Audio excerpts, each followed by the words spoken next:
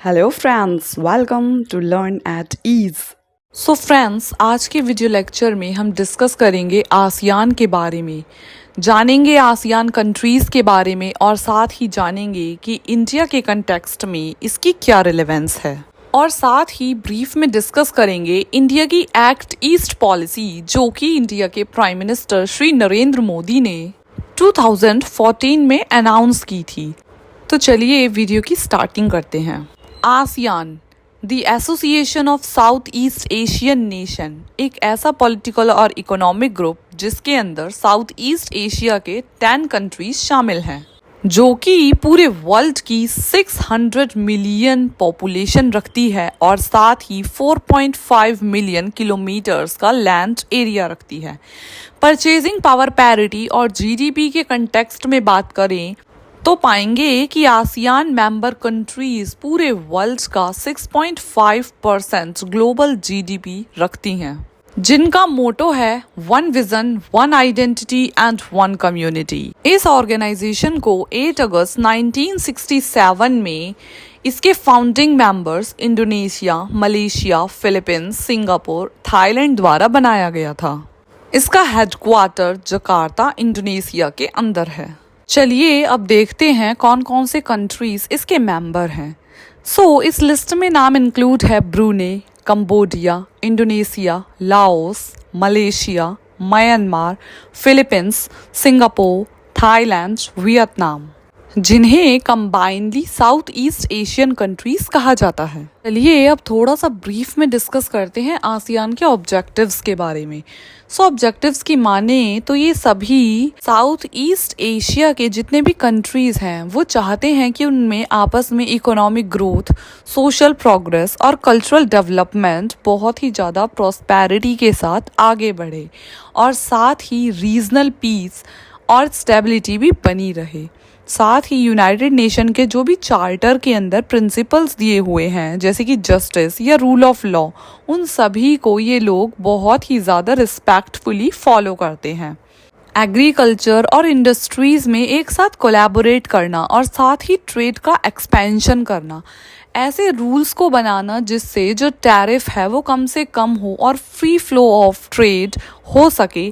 तो ये सभी ऑब्जेक्टिव जो हैं वो आसियान के अंदर आते हैं। साथ ही ये जितने भी कंट्रीज़ हैं वो एक दूसरे के साथ क्लोज और बेनिफिशियल कोऑपरेटिव रिलेशंस को मेंटेन रखते हैं। चलिए अब देखते हैं कि इंडिया के साथ आसियान के जो रिलेशन हैं वो कैसे हैं और इंडिया के लिए आसियान का क्या रेलेवेंस है। अगर हिस्टोरिकल कंटेक्स्ट देखें तो पाएंगे कि ईयर 1992 में इंडिया आसियान का एक डायलॉग पार्टनर बना था और बस यही शुरुआत थी इंडिया और आसियान के बीच में रिश्तों की। ईयर 2002 में पहला ऐसा समिट हुआ जिसमें आसियान कंट्रीज के साथ इंडिया ने भी पार्ट लिया, यानी कि जो रिलेशंस थे अब वो अपग्रेडेड होते जा रहे थे। ईयर 2012 में जहां दोनों ने अपने 20 ईयर सक्सेसफुली कंप्लीट किए, वहीं दूसरी तरफ हम देखते हैं कि इंडिया जो है एक डायलॉग पार्टनरशिप से आगे बढ़कर अब एक स्ट्रेटेजिक पार्टनर बन गया आसियान का। ईयर 2022 में इंडिया और आसियान ने 30 साल अपने कंप्लीट किए बहुत ही बेहतरीन रिश्तों के और साथ ही स्ट्रेटेजिक पार्टनरशिप को एक कॉम्प्रिहेंसिव स्ट्रेटेजिक पार्टनरशिप में बदला। हिस्टोरिकल कॉन्टेक्स्ट के बाद अगर हम इकोनॉमिक कॉन्टेक्स्ट देखें तो पाएंगे कि आसियान इंडिया के लिए एक बहुत ही ह्यूज मार्केट के रूप में भी काम करता है, जहां 650 मिलियन पीपल हैं जिनकी कंबाइंड जीडीपी 3.2 ट्रिलियन डॉलर के आसपास है। इंडिया के साथ आसियान की जो दोस्ती है वो हमेशा ही इंडिया को एक इकोनॉमिक बूस्ट देगी, क्योंकि आसियान इंडिया का एक बहुत बड़ा ट्रेड पार्टनर भी है। आसियान कंट्रीज में अकेले सिंगापुर की ही बात करें तो पाएंगे कि इंडिया का सबसे बड़ा ट्रेड पार्टनर है सिंगापुर, जो कि लास्ट फाइनेंशियल ईयर में इंडिया का सबसे बड़ा एफडीआई का सोर्स भी रहा। अगर दूसरी तरफ हम स्ट्रेटजिक काउंटर बैलेंस यानी कि स्ट्रेटजिक कंटेक्स्ट में देखें तो आसियान इतना इम्पॉर्टेंट है कि इंडिया के एक्ट ईस्ट पॉलिसी में उसका काफ़ी बड़ा रोल है। आसियान का जो एक इंडो पैसिफिक एरिया में आउटलुक है और इंडिया का जो एक्ट ईस्ट पॉलिसी है, दोनों ही एक साथ मिलकर काम करते हैं रीजनल स्टेबिलिटी के लिए। चलिए अब हम थोड़ा सा एक्ट ईस्ट पॉलिसी को ब्रीफ में डिस्कस करते हैं, जो कि ईयर 2014 में नवंबर में श्री नरेंद्र मोदी के द्वारा अनाउंस की गई थी। हालांकि इससे पहले ईयर 1992 में लुक ईस्ट पॉलिसी जो है उसको लाया गया था। एक्ट ईस्ट पॉलिसी एक डिप्लोमेटिक इनिशिएटिव है जिसके through India Asia Pacific region में अपने इकोनॉमिक, स्ट्रेटेजिक और कल्चरल रिलेशंस को प्रमोट करना चाहता है। एक्ट ईस्ट पॉलिसी के थ्रू इंडिया उन सभी कंट्रीज के लोगों के साथ पीपल टू पीपल कनेक्ट करना चाहता है और बहुत सारे कल्चरल, ट्रेड, कनेक्टिविटी और डिफेंस जैसे रिश्ते बहाल करना चाहता है। एक्ट ईस्ट पॉलिसी के through prime minister of India 4C को हाईलाइट करते हैं, जिसमें कि culture, commerce, connectivity and capacity building जैसी चीज़ों पर बात की जाती है। बीते कुछ सालों में और हाल ही के दिनों में चाइना की साउथ चाइना सी में और इंडियन ओशियन में बढ़ती गतिविधियों के चलते भी एक्ट ईस्ट पॉलिसी इंडिया के लिए बहुत ज़्यादा स्ट्रैटेजिक और इम्पॉर्टेंट हो जाती है, क्योंकि इसके थ्रू इंडिया सभी साउथ ईस्ट एशियन कंट्रीज़ के साथ अपने जो रिलेशन है उन्हें काफ़ी ज़्यादा स्ट्रॉन्ग कर रहा है और इंडो पैसिफिक एरिया में अपनी जो मजबूती है उसे बढ़ा रहा है।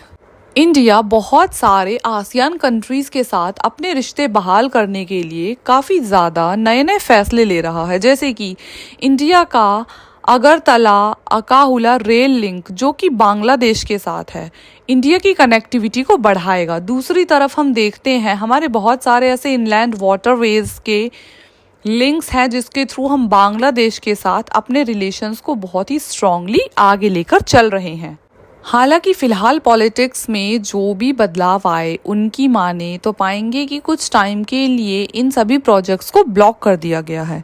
वहीं दूसरे कंट्रीज को देखें तो पाएंगे कि Kaladan multi modal transit transport project और ट्राइलैटरल हाईवे प्रोजेक्ट जैसी स्कीम हमें नॉर्थ ईस्ट के थ्रू म्यांमार और थाईलैंड के साथ जोड़ती हैं। ये सभी प्रोजेक्ट्स इंडिया की फिजिकल इंटीग्रेशन को साउथ ईस्ट एशिया के अंदर बढ़ाएंगे।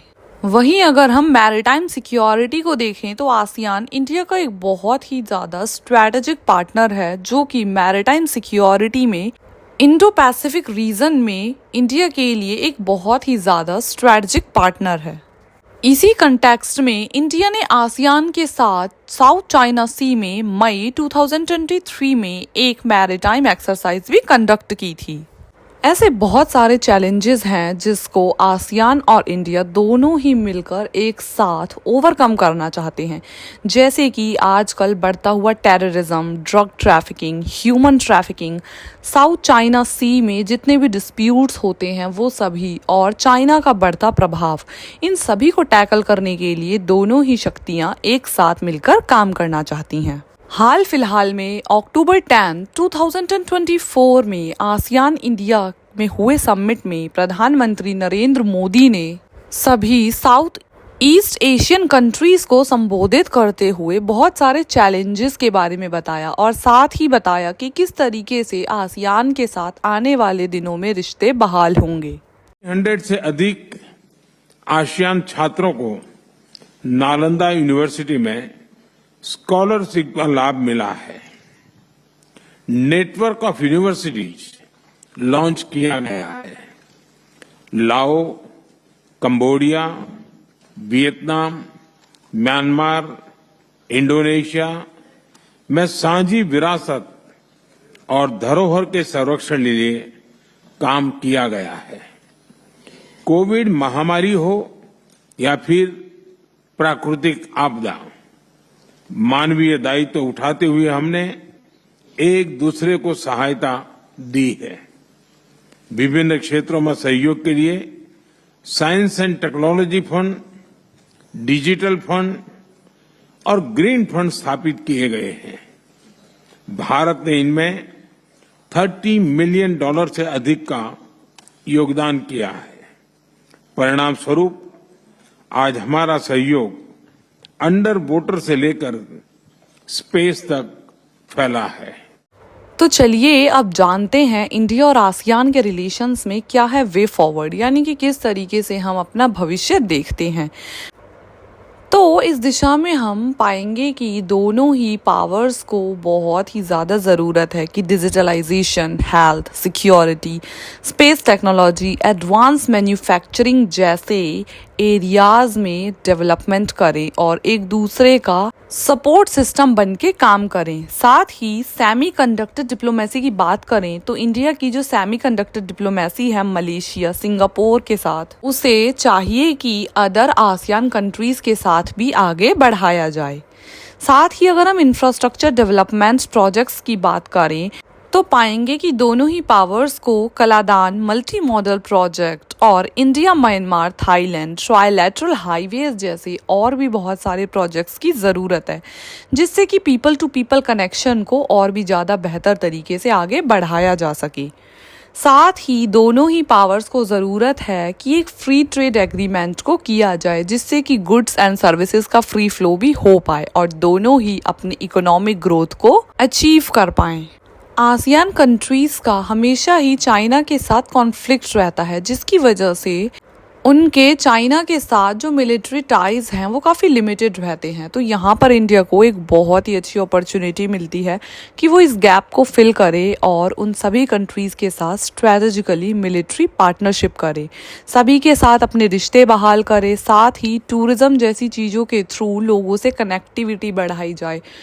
इंडिया को ज़रूरत है कि आसियान कंट्रीज़ के साथ मिलकर टूरिज़्म को बहुत ज़्यादा इन्हांस किया जाए, ताकि सभी कंट्रीज़ की जीडीपी जो है वो ग्रो कर पाए। आज के वीडियो में बस इतना ही। If you have gain some knowledge from this video then please do subscribe it, like it and share it with your friends.